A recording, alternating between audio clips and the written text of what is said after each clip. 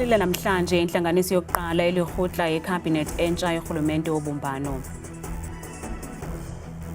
Silapha emzini wakwaLthuli Ward 5 eNgudwini esigodini saseMankwanyaneni enduneni uNkwanyana lapho kusweleke khona ugogo ethu uzama ukucisha umlilo. Okuzokuthi kango kukusweleke abantu abasixhenxe kumlilo wamadlelo oqoqise kumasipala waseMlalanzi Cebukuhle Showe kwiphondo laKwaZulu-Natal.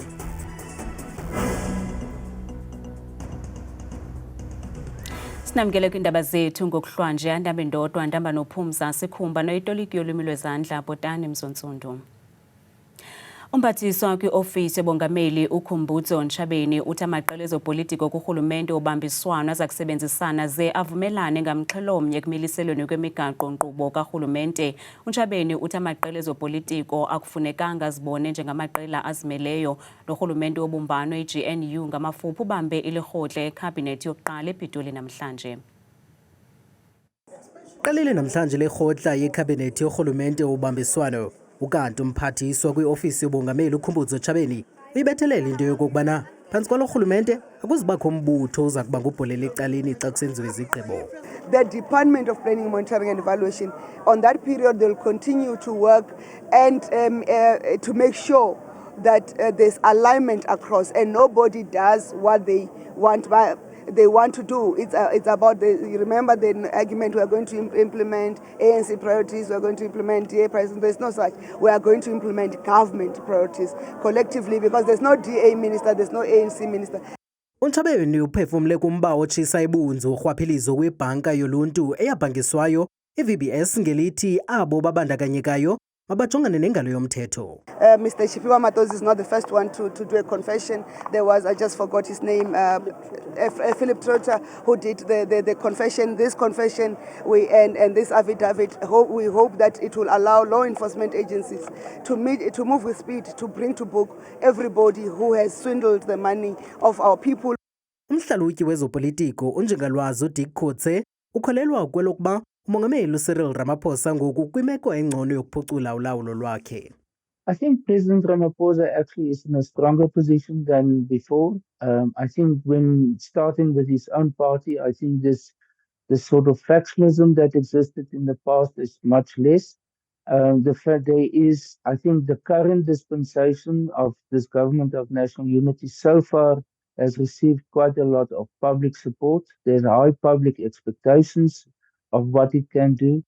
Amehlo athe ntsho ukuba le ntlanganiso iza kuza neyiphi na imigaqo-nkqubo nekukholelwa kwelokuba iza kusa ilizwe phambili. Kukho isiqabu kumlilo wamadlelo oqoqise kumasipala waseMlalanzi Cebukuhle Showe kwiphondo laKwaZulu-Natal. Lo mlilo usube imiphefumlo yabantu abasixhenxe sonakalisa amakhaya alikhulu. Ukunqongophala kwamanzi kubangele ukuphanza kwenzame zokuqobisana nawo ngaphambi kokuba udala umonakalo. Usodolophu kumasipala waseMlalanzi uvumile ukuba ingxaki yokunqongophala kwamanzi kumantla eTheku sesinye sezizathu esibangene ukunwena ngokukhawuleza kwalo mlilo nonakalisa amakhaya alikhulu sewabulala abantu abasixhenxe. Although it's still a concern, but we are going to try by all means to let the district intervene in terms of providing more water.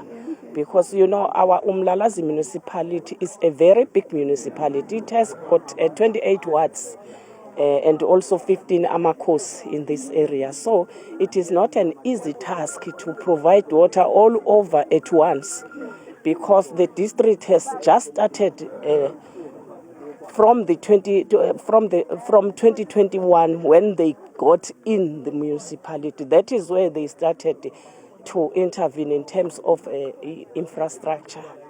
Kambe umphathiswa wokuhlaliswa kwabantu unkosikazi Mamuluko Kubai uthembisa ngongenelelo kule meko yaKwaZulu-Natal. MEC Duma was able to move into the communities. It's King Cetshwayo that is highly affected as we speak. The fires are raging, have not stopped. And that's what is still concerning for us because the numbers goes up. What we have agreed is that we'll start intervening, not wait until the whole area has been completed. We'll start intervening. The request there for starters is about 130 temporary units that needs to be put in place for families that are homeless as we speak. ukanti ukwehla komoya obhudlayo kubangele isiqabu ekunwenweni kwalo mlilo. Linyukela kutsho kwikhulu elinama-47 inani lamakhaya atshatyalaliswe ngumoya onobungozi kwiilali eziphantsi komasipala waseMalahleni eMpuma Koloni nenxalenye yezikolo isiphuke amaphahla. Nangona kungekho mntu onzakeleyo kodwa umzi wakwaYakobi ufelwe yimfuyo ebalelwa kuma-30. uNtsiki Noyiya uyabalisa.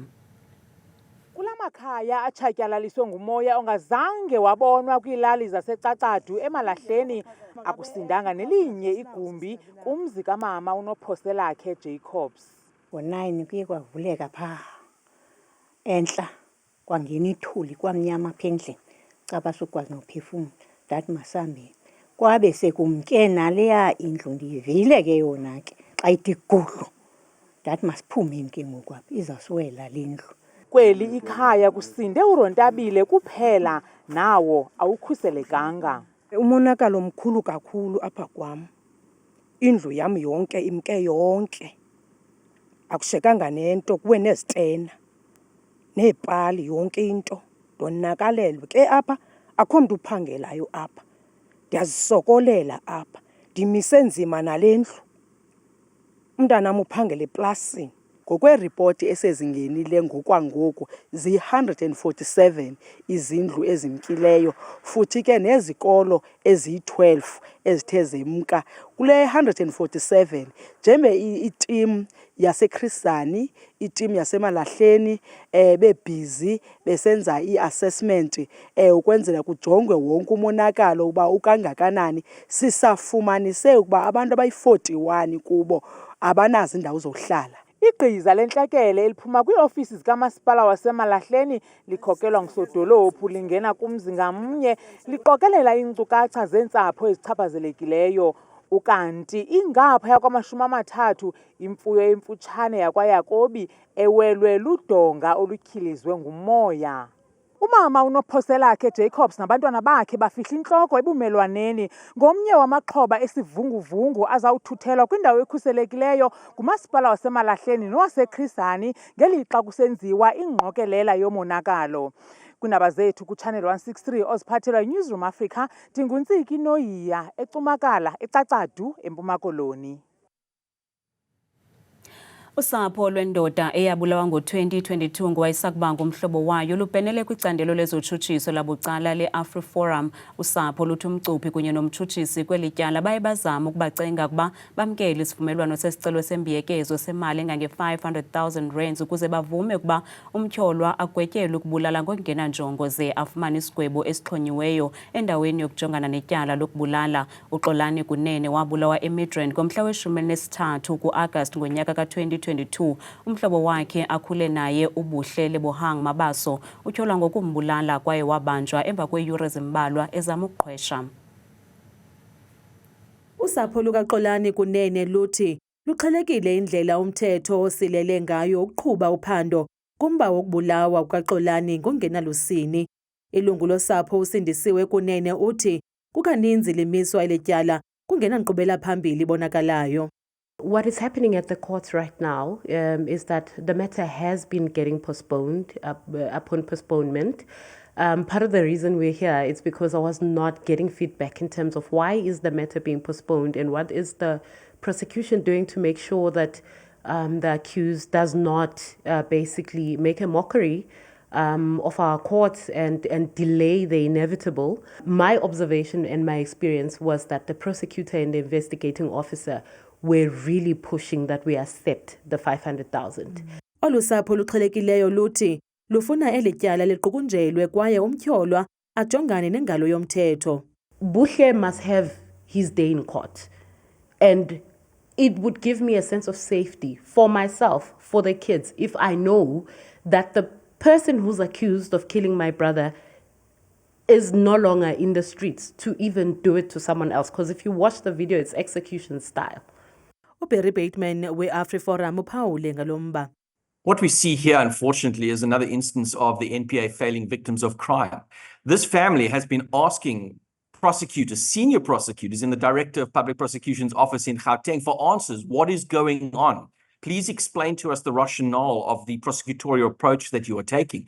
But they are simply not getting anything, which is why they came to our office. We said we can help them. And we've submitted letters to the DPP Gauteng asking the very questions that this family has been pleading for nearly 2 years.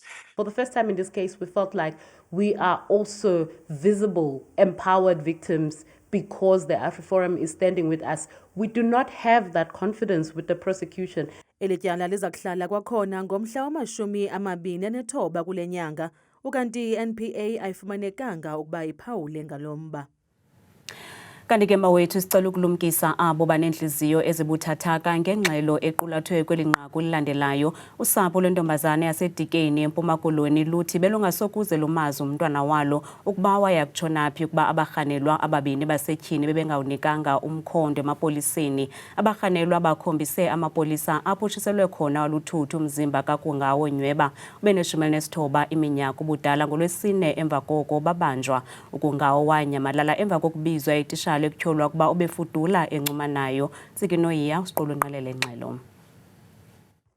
Izitsholo zihambisa zithi abasetyhini ababini abakhombise amapolisa apho atshiselwe khona ukungawo ngabo kanye abamlanda kowabo ehleli nabahlobo bakhe. Tim umntu behleli nokungawo sivela kwiindawo zethu, and then ukungawo wazothathwa ngamantombazana ayi-2, uAndiswa noAyamkela.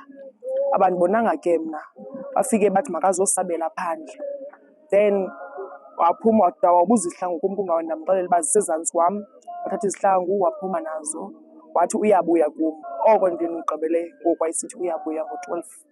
Omnye wabasetyhini kwisibini esimphuthume ekhayeni lakhe ukungawo nophakathi kwabarhanelwa sisinqandamathe somrhanelwa wokuqala utitshala.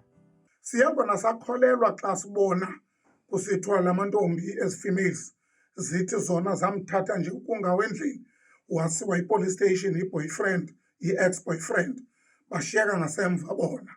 Kodwa ke ngoku xa ingaba baseyamapolisa kulaa ndawo, loo nto ixela uba hayi ngoba beyomthatha endlini babe sebelazi iqhinga uba uyokubulawa. Eyona nto ibuhlungu ke, umfundisintsapho lo uhamba no-girlfriend wakhe bazowuthatha u-ex-girlfriend. U-ex-girlfriend uncedisa indoda, u-current girlfriend uncedisa indoda ukubulala u-ex, esiva ngomso yena akazuba ngu-ex. Usapho luzobe umfanekiso ngqondweni wobume bomzimba kakungawo ngethuba befika kwindawo yexhwayelo Cebukuhle eMakhanda. Akho nto ithi ikhona intsalela zomzimba kakungawo eziye zashiyeka. Leyo into mandidandathelise elubala.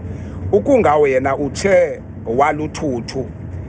Siye umfanekiso ngqondweni ngexesha siqokelela uthuthu lukakungawo kule ndawo. Liye uthuthu lwakhe alazalisa ne-10 litre leyepheyile. Icacisa ncakasana ukuthi thina sesawuzixolisa uba ukungawo lo ungumntana wethu, singcwabe only uthuthu lwakhe.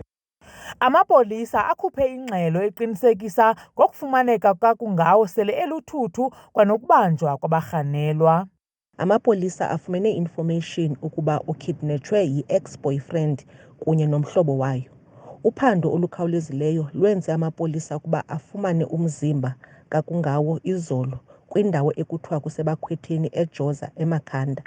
Amapolisa afumanise ukuba abantu ebebe-involve kwesi sehlo bebebane, kodwa ababini baye babanjwa izolo eGolf Course eDikeni. Amapolisa asafunisa ngabatyholwa ababini. Kulindeleke ukuba bavele kwinkundla kaMantyi yaseDikeni kungekudala. Kwiindaba zethu kuChannel 163 oziphathelwa yiNewsroom Africa, Ndinguntsiki Noyiya. Amatshantliziyo okusingqongileyo eCarolina eMpumalanga bongoza abahlali belokishi yaseSilobela kweli phondo ukuba bangawasela amanzi aphuma ezimpompeni zabo ukuze emva kwengxelo ekhutshwe ngumbutho we-Organisation Undoing Tax Abuse kwiveki ephelileyo nedize ukuba amanzi aphuma kwiimpompo zale lokishi awakulungelanga ukusetyenziswa ngabantu ngenxa yokungcoliseka lilindle. Uluntu luhlaba ikhwelo kumasipala waseChief Albert Luthuli ukuba asombulule lo mba wamanzi ngokukhawuleza nanjengoko kunyanzeleke ukuba bakhangele eminye imithombo yamanzi. Tishoshovu temvelo letifana naNondumiso Mabuza tikhathatekile ngesimo semandi elokishini laseSilobela eCarolina. Tisisemitse impela iminyaka tikhulumisana namasipala kutsi alungise lesimo kude bantfu batfole emanti lahlantekile. Kodwa-ke nanobe nje i-North Gauteng High Court yangenelela kulolu dzaba solokude lokushintshile. Umbiko wakamuva lokhishwe i-Outer ukhombisa ukuthi sekuphele iminyaka le-12 solomane imitamo yamasipala ayibonakali iletha tithelo letinhle. Siphila ku-air pollution, water pollution, and abantu bayagula most of the time, and we find out ukuthi umasipala wethu nguye naye lo sifeylayo when coming to water pollution, because uma ubheka la le ndawo kuhamba amanzi lawa ema-sewer drainage ayasplitter go straight to the Bosman Strait la kudla khona umphakathi. Takhamuti tikhatsateke kakhulu ngalesimo njengoba kufuna tihambe umgamu lomudze kude titfole emanti lahlantekile. Mina ngingabala nje from 2012 solaqala kunqola angizange ngiphinde mina lamanzi ngiwadle ngoba angiqubula mina ngaqubuka lokho sobabhela irasha kwabuya umntwana baka drive itaxi wathi mama amanzi ungasawadli sukela namuhla amanzi angcolile ngasizwa ukuthini ngasizwa ukuthi kami kunemoto savele saqala sawakhala from 2012 sidla lawa. Ya sihamba umgamo lomude baba kuze sithola amanzi inkinga amanzi ethu ngale lokushini awekho right ingako siwabalekela wasimnandi mawuwadla vele uyagula. Kusenjalo umasipala weChief Albert Luthuli uthi usenda lwakhe lihlolo lokuthi ngabe lamanti akusiphi simo. The municipality was never invited when the samples were taken so that they can be able to take accountability. None of our officials were present when the samples were taken. For that matter, the samples on our part, it has to be taken from at least once or twice or thrice a month so that we can be able to say that there is an issue with our supply. No water samples were taken from the plant and the reservoir. Kanti-ke uthi wenta konke lokusemandleni uqinisekisa ukuthi emanti ahlantekile. Etindzabeni tetfu ku-Channel 163 lotilethelwa yi-Newsroom Africa ngingumweli Masilela eCarolina eMpumalanga. Namhlanje ingxowamali yabantwana iNelson Mandela Children's Fund ikhumbule ubawo Nelson Mandela ngokubamba iwalk yomgamo i-5 km okanye imizuzu engama-67 okwenziwa ukuqaphela umhla wokuzalwa kukatata kwanegalelo lakhe ebantwaneni. Oluhambo luqale kwisibhedlele sabantwana iNelson Mandela Children's Hospital ukuya eJohannesburg Zoo. Uthando awayenalo lwabantwana ubawo uNelson Mandela lwashicilelwa ezincwadini zembali yelifa lakhe elityebileyo. Namhlanje ngumlisela nomthinjana kuquka nabantwana abathabathe inxaxheba kwiwalk engumgama oyi-5 km wokukhumbula umhla wokuzalwa kwale nkonde eseyalala kobandayo. And it's just a day of fun with children, pretty much in the same way that Utata would do during his birthday week, where he'd spend a day with children, an afternoon with children. They were rolling all over him. They were just laughing and just being given an opportunity to be children just for a day where they're safe. They're at the zoo. They're looking at animals. So it's not a formal day. It's a day of fun and laughing and singing and playing. He fought for our freedom as black people, and I know that we're celebrating the day that was his birthday. Okay. And I would be really happy to celebrate it here with you guys. Masiphosa amehlo kwimozulu.